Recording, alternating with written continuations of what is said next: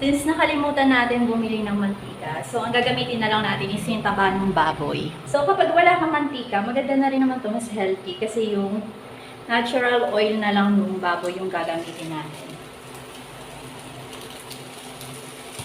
Hindi ko na natin ilalagay yung mga laman para magmantika talaga siya. Then after nito magmantika, ilalagay na natin yung bawang sa sibuyas. Kasi pag inuna natin yung bawang, ang mangyayari kasi may tendency na masunog.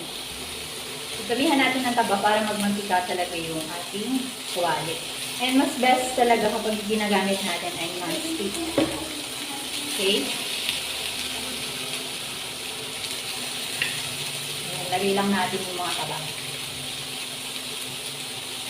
Then kapag may nakita tayong parang nag-ano na yung oil, pwede na natin ilagay yung garlic sa yung ating sibuyas. Pero habang naghihintay tayo, ang gagawin natin, maghihiwa muna tayo ng green sili.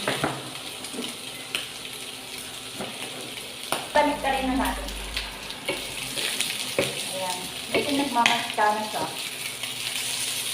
So, pag medyo nag-brown na, tapos meron ng lumalabas ng mantika, pwede na natin i-sangag dito yung bawang at sibuyas.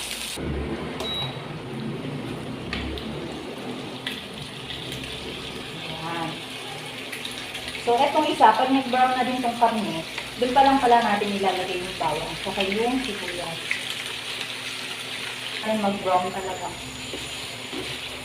As you can see, hindi tayo gumamit ng oil, pero nagtutubig talaga siya. Kasi yung tubig na yan, hindi naman talaga siya tubig. Pero yan ay oil talaga ng taba ng baboy. Na ilalagay na natin yung garlic sa sibuyas. Tapos, isasalin ko na yung alamang. Gagawin natin.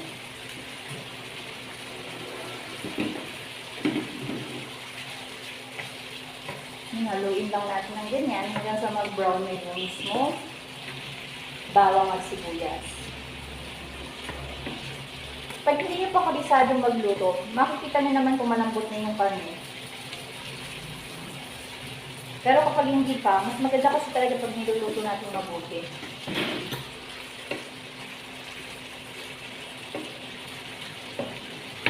So, itong gulay, hindi natin gagawan or lalagyan ng mantika. Ang ilalagay na lang natin dito mamaya ay itong mismo inalamangan nga. Ilalagay na lang natin siya, isasabay natin siya sa kanin. Steam na lang natin.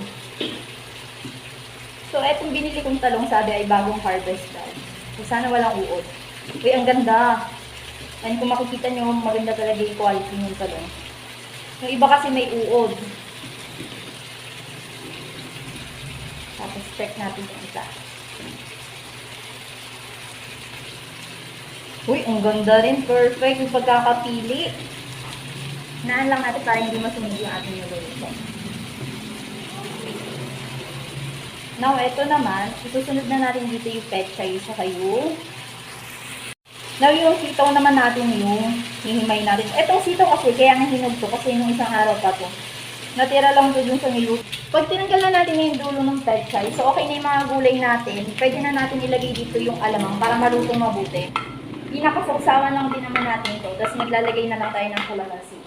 So, ayan. Stir natin mabuti.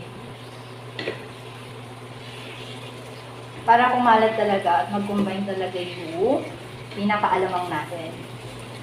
So, kailangan lahat ng pati ng karne dito ay ma-coated talaga ng alamang. Since madami naman yung alamang natin, malasa talaga ito. At maalat. So, hinay-hinay lang po sa pagkain ng ganitong ulam.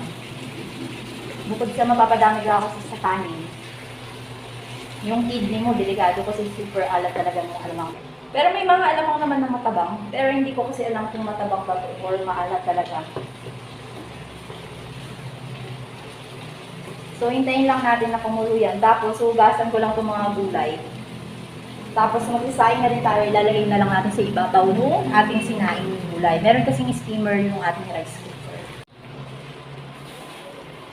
Now, dahil paluto na din naman itong ating nilulutong ulam, etong kanin naman yung ating iluluto. And para double purpose na, dito na natin i-steam yung ating gulay. Nandito na yung talong, saka yung sitaw, saka yung pechay. So, pinagsabay-sabay ko na okay lang kasi nakaibabaw naman yung pechay kahit mas mabilis siya maluto. Sa ilalim naman yung mga talong. So, hintayin lang natin. Pag luto na yung kanin natin, luto na din na ating gulay. So, mas better kasi yan, hindi na tayo gumagamit ng oil kasi unhealthy. Unless, olive oil yung gagamitin natin. So, ilalagay na natin itong sili. Haluin na lang natin. Ayan. So, makikita nyo, ayan na yung pinaka-oil ng ating niluluto. So, sumama na talaga yung ating alamang. Ayan. Ayan, kapag ganyan na malakas na talaga yung aroma or yung bango ng ating niluluto, ibig sabihin, pwede na talaga natin i-ahon kasi luto na talaga yung ating niluluto. Diba?